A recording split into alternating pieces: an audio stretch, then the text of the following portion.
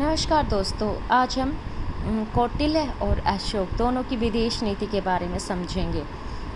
देखिए, एक concept based questions भी आजकल यूजीसी नेट में पूछे जा रहे, तो बहुत ही इम्पोर्टेंट क्वेश्चंस हैं। कौटिल्य जहां एक राज्य की स्थापना करना चाहते थे, उसकी सुरक्षा करना चाहते थे, कौटिल्य का उद्देश्य यही था। उसके लिए वे कोई भी नीति अपनाने को तैयार थे। वह विदेश नीति में बुद्धि का प्रयोग करने के लिए हमेशा तैयार रहते थे। उसके लिए सैन्य सफलता से बढ़कर दूसरी कोई उपलब्धि नहीं थी।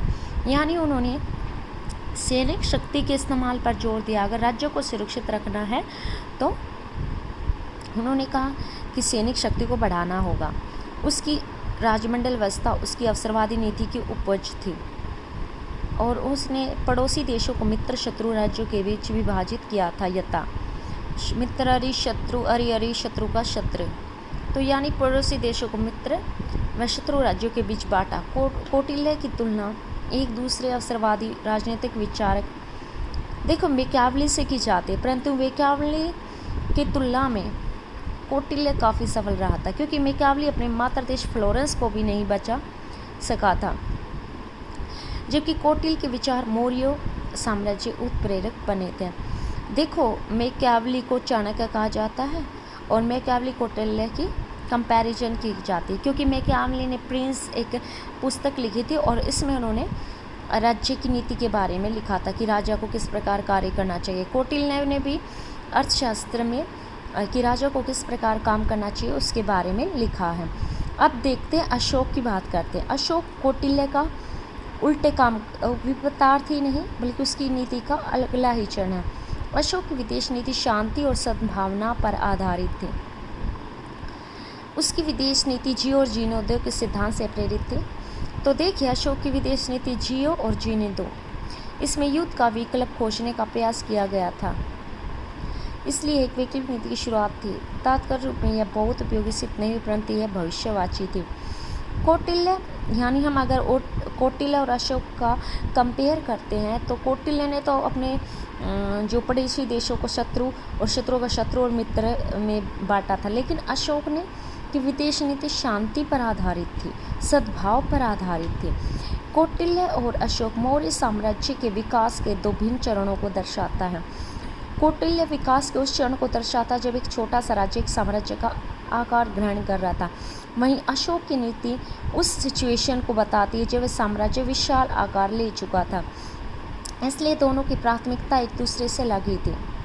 देखो, अगर आप सिचुएशन को देखें तो कौटिल्य तो विकास के मतलब उस चरण में था जब एक छोटा सा राज्य एक साम्राज्य का रूप ले रहा था, और जबकि अशोक एक विशाल साम्राज्य को संभाल रहा था।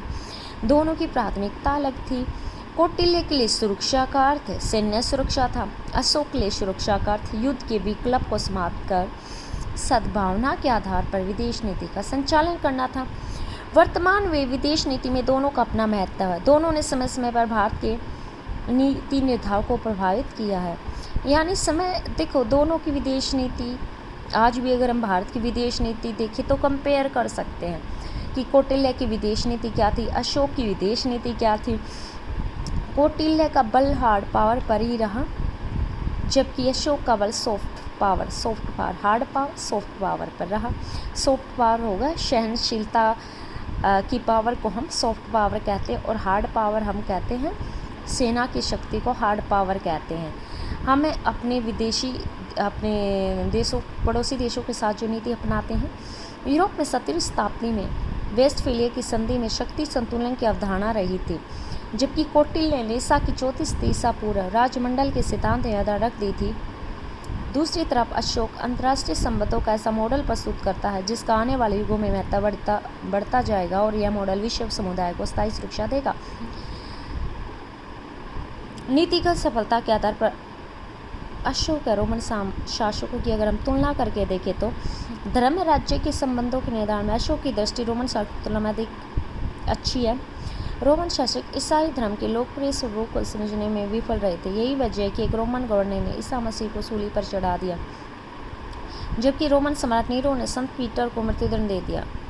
इसके द्वारा इस तथ्य को नजर किया गया कि इसी धर्म का लोक समर्थन प्राप्त था। वहीं दूसरी तरफ अशोक की दृष्टि कहीं अधिक दूरदर्शी थी।